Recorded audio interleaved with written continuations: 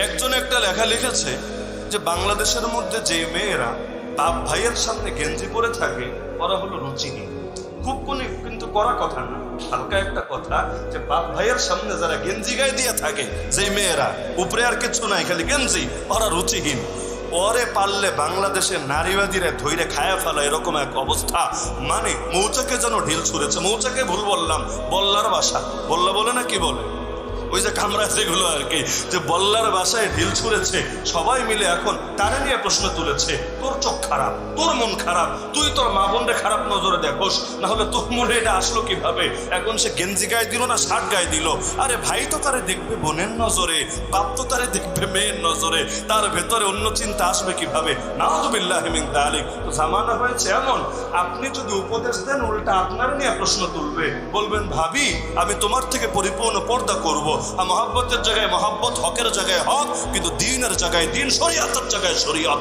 আমার আবেগের দাম আল্লাহ নবীর হাদিসের চাইতে বেশি হতে পারে না। আল্লাহ নবীর হাদিস থাকবে মাথার উপরে, আমার আবেগকে প্রয়োজনে ছুঁড়ে ফেলবো পায়ের নিচে, পর্দা করব পরিপূর্ণ। দেখবেন অনেক সংসারে এই কথা বললে আগুন লেগে গেছে, বলবে আমি ওর মায়ের মতো আর ও আমারে কোন চোখে দেখে। ও কি কথাটা আজকে বলেছে, আমি থাকবোই না এই ঘরে, আমি ওরে ভাতে খাওয়াবো না, বের করে দিতে হবে। হয় না? মনে হয় এগুলো মঙ্গল গ্রহের কথা আমি বলছি, এগুলো নিয়ে ঝামেলা হয় না? বহুত সংসারে হয়, বহুত সংসারে হয়। পর্দা করাটাকেই কঠিন এক জিনিস বানিয়ে ফেলা হয়। তো আল্লাহ রসুল সাল্লাল্লাহু আলাইহি ওয়াসাল্লাম তার গজল থামিয়ে দিলেন, চুপ, নারী যাতে তোমার কণ্ঠ শুনতে না পারে, সাবধান সাবধান। তো এই হাদিসটা গ্রহণযোগ্য। এর আলোকে আমি দুইটা প্রশ্ন রাখি আপনাদের উদ্দেশ্যেও, যারা দূর থেকে শুনবে তাদের উদ্দেশ্যেও, যদি আবার নতুন আগুন লাগে কিনা আমার সন্দেহ আছে। এক নম্বর প্রশ্ন হলো, আমাদের যে সমস্ত ওয়াজ মাহফিলে নারীদের আলাদা প্যান্ডেল বানিয়ে সেখানে প্রজেক্টর দিয়ে দেয়, প্রজেক্টরের কাজ কি?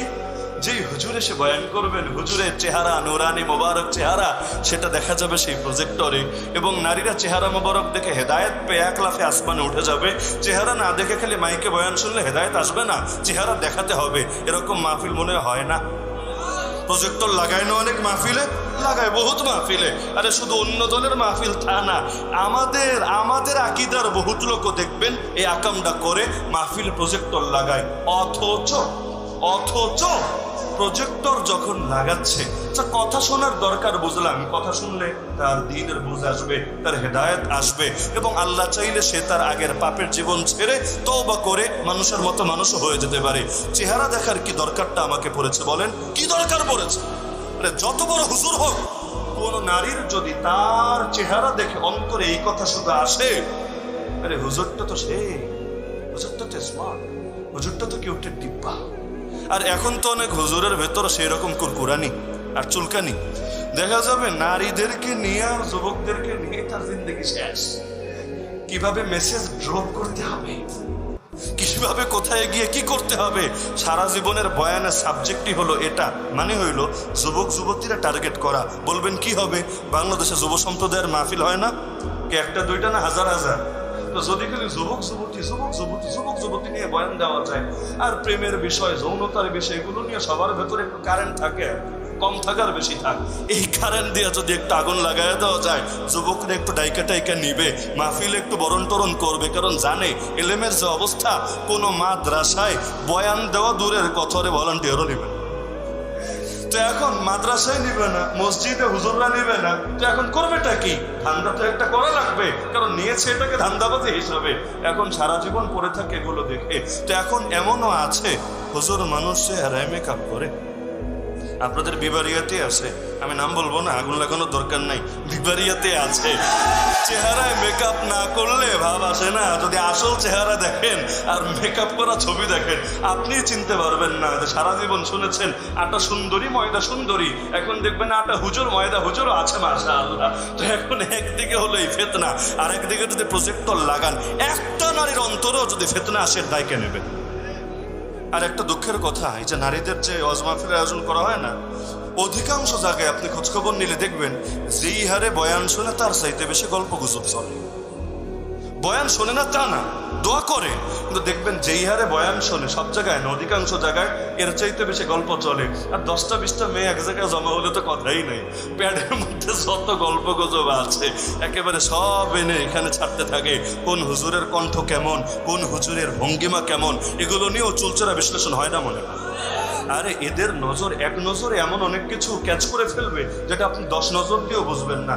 আপনার খালি এক নজর দেখলে নাক কেমন, চোখ কেমন, হাঁটা কেমন, বসা কেমন, নড়া কেমন, চড়া কেমন, অনেকেই এক নজর দেখে মেয়েরা বুঝে ফেলে না, স্বাভাবিক ব্যাপার। তো এখন এই কারণে আল্লাহর নবী এত সতর্ক হতে পারলে আমাদের কি হওয়া দরকার ছিল? হওয়া দরকার ছিল কি, বাস্তবে হলাম কি? আমি শুধু দুঃখের সাথে একটা কথা বলি, আমাদের মসজিদে আমরা নারীদেরকে নামাজ পড়তে দেই? আরে দেই? অথবা আমরা কি এটার ফজিলত বয়ান করি? না। যে কোনো হুজুর, মাযহাবি, লামাযহাবি, আলিয়া, কওমিয়া, তাবলিগি, সুফি, সুন্নি, ওয়াহাবি, যে কোনো হুজুরকে জিজ্ঞেস করেন যে নারীর কোন নামাজ উত্তম, ঘরের ভেতরের নামাজ নাকি মসজিদে এসে পড়লে সেই নামাজ, যে কোনো হুজুর বলতে বাধ্য। কারণ হাদিসে আছে নারী যেই নামাজ পড়বে ঘরের অভ্যন্তরে সেই নামাজ তার জন্য সবচাইতে উত্তম হবে। আর ঠেকায় পড়লে ভিন্ন কথা।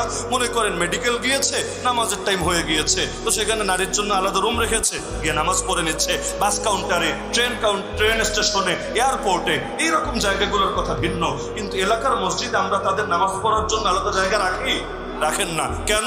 আপনারা সবাই কি জবাব দিবেন? হুজুর ফিতনার আশঙ্কা আছে, বলবেন না? আরে বলবেন না? এমনকি নারীদের ইতিকাফ মসজিদে করতে দেন?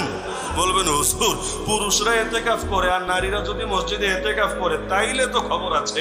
এখন তো বুড়া মানুষদেরও ইতিকাফে বসানো যায় না, তখন এলাকার জোয়ান তো একটারও ঠেকানো যাবে না, অবস্থা খারাপ হয়ে যাবে। তাহলে দেখা যাচ্ছে জুম্মার নামাজও আসতে না করছেন, জোহরের নামাজও আসতে না করছেন, ফিতনার আশঙ্কা আছে। আর রাত 3টার সময় মাহফিল শুনতে আসলে কোনো ফিতনা নাই, ওই সময় সবাই মিলে দল বেঁধে আসবে, আবার যাবে, আবার তাদের কণ্ঠস্বর অনেক সময় দেখা যায় এত কাছাকাছি প্যান্ডেল হয় পুরুষরা শুনতে পারে, এতে কোনো ফিতনা নাই। এইটা যে কোন গাঁজাখুরি মার্কা কথা আমার মাথায় ধরে। যদি মাহফিল শুনতে গেলে ফিতনা না থাকে, নামাজে ফিতনা থাকবে কোন দুঃখে? তাহলে